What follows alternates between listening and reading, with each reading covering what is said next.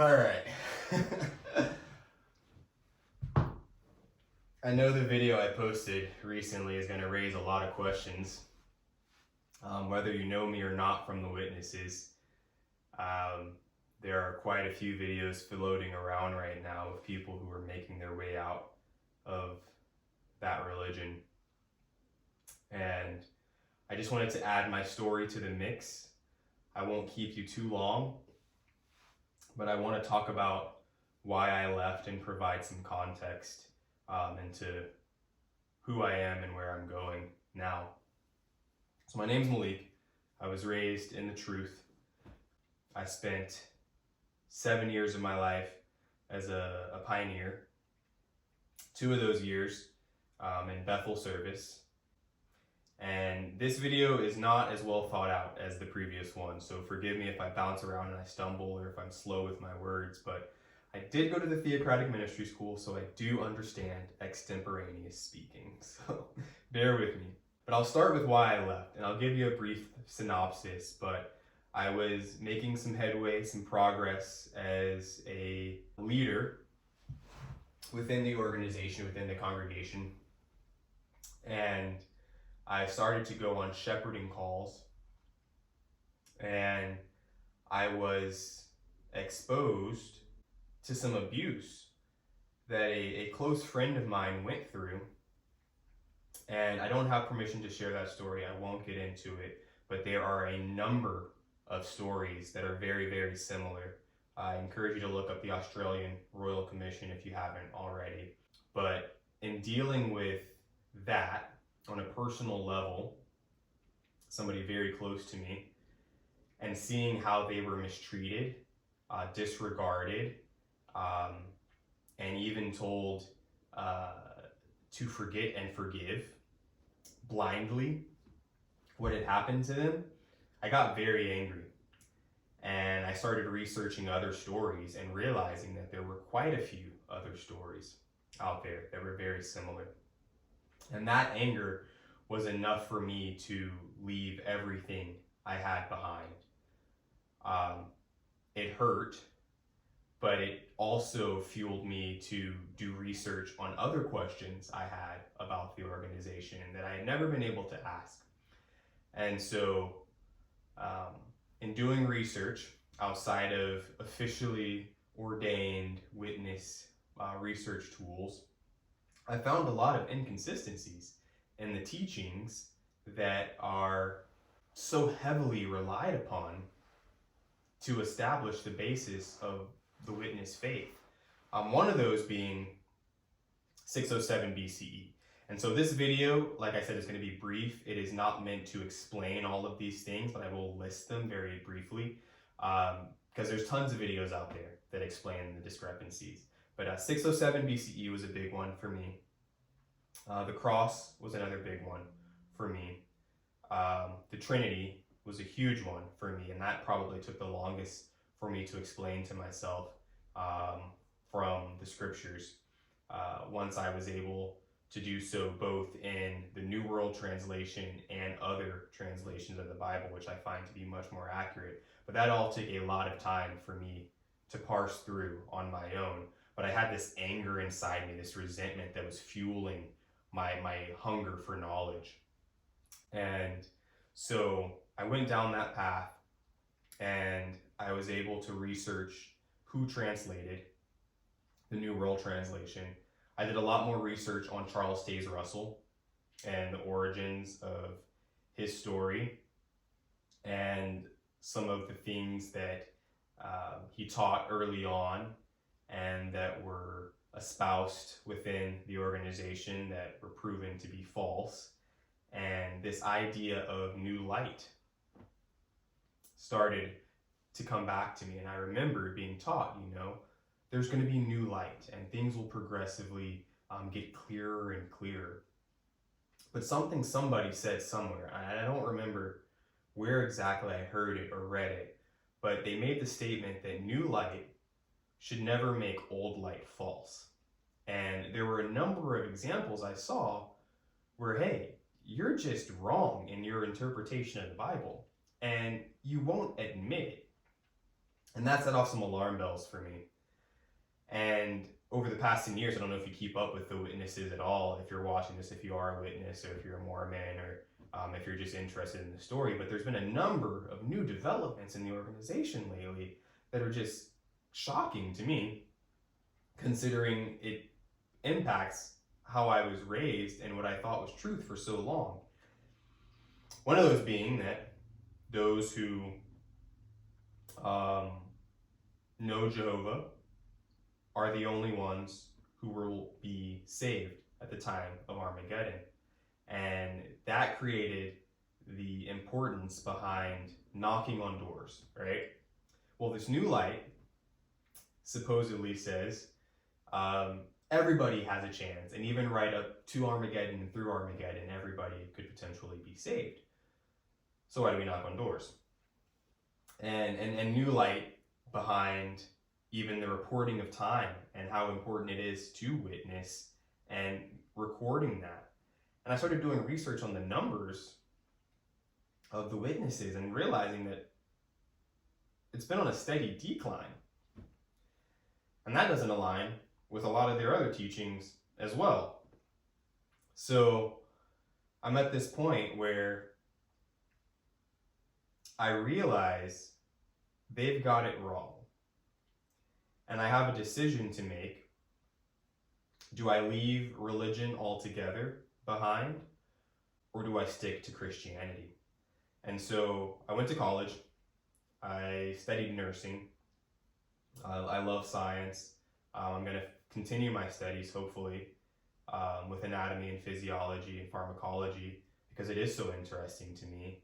But another thing I studied was the philosophy of dying and the philosophy of religion. And I was able to make a lot of comparisons and a lot of realizations and realize, hey, the Bible is right on a lot of things.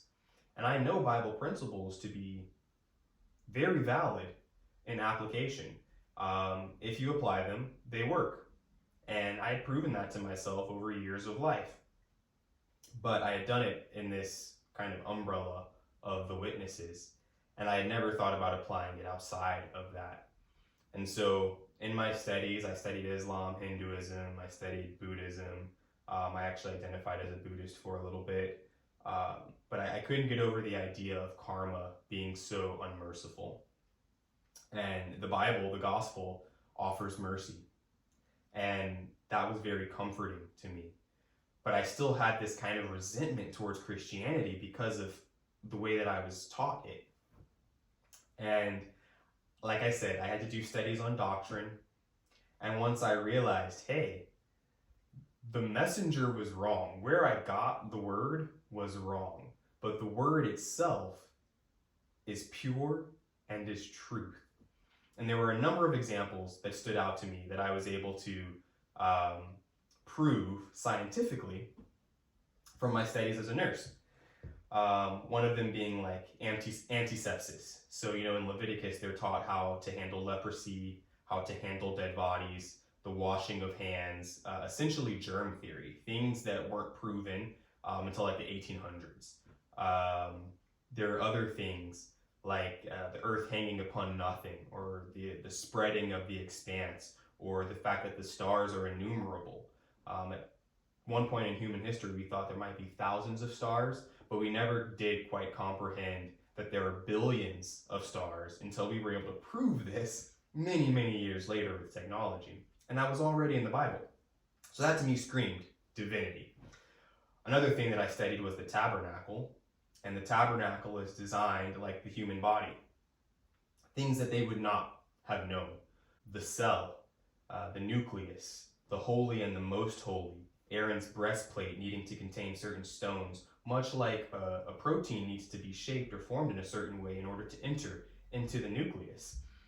And I'm like, wow, I see these patterns. I've always been very good at pattern recognition, and I'm seeing a lot of patterns of truth that line up with science in the Bible. Now, the Bible's not a scientific textbook, but when it touches on science, it is accurate. That is a line directly from the Watchtower, in fact.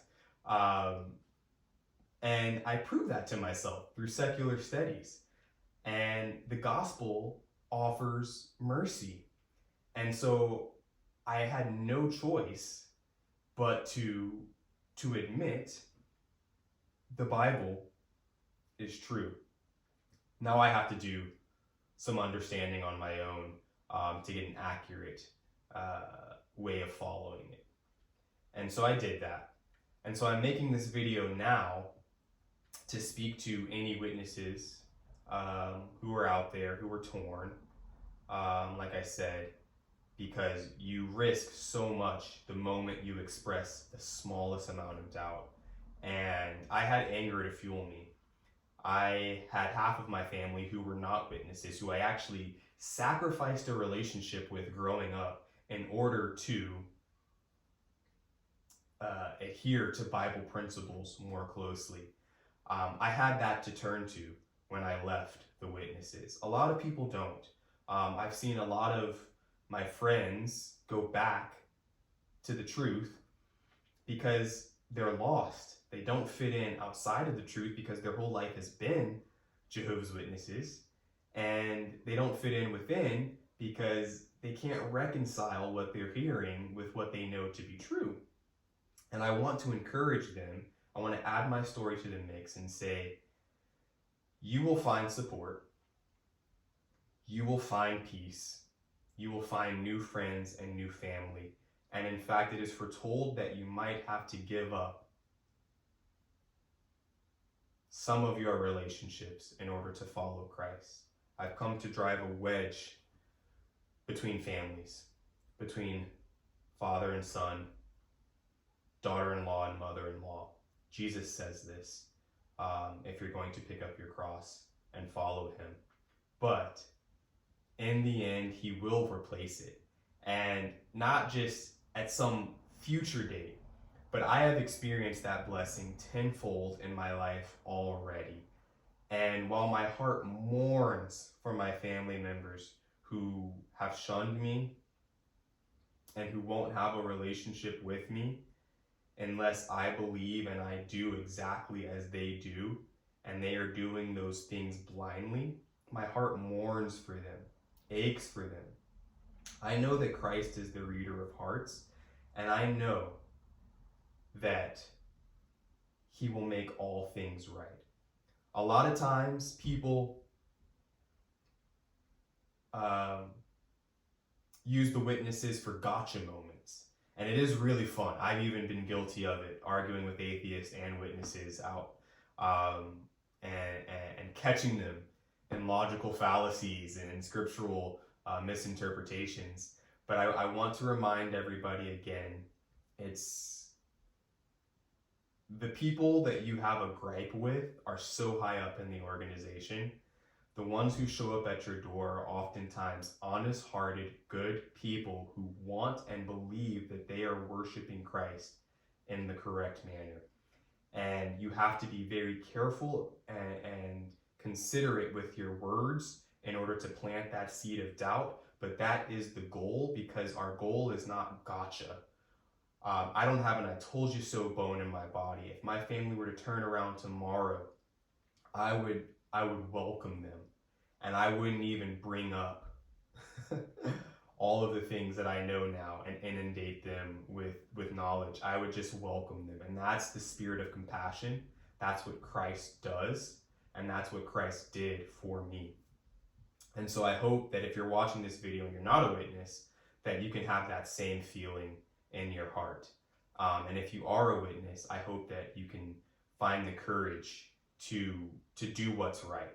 Once you know better, you have to do better. And the Bible is truth. The truth is not.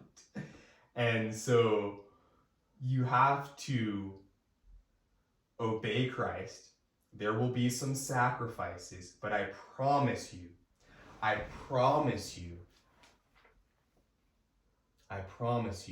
that it is worth it. I promise you that you will be rewarded for your act of courage, for your act of bravery.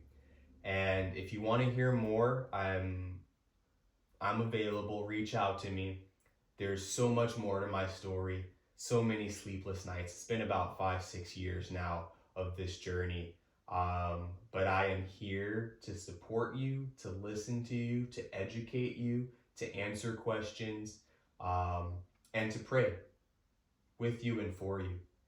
And now, again, I can end this video saying boldly and bravely, Christ is King. Christ is King.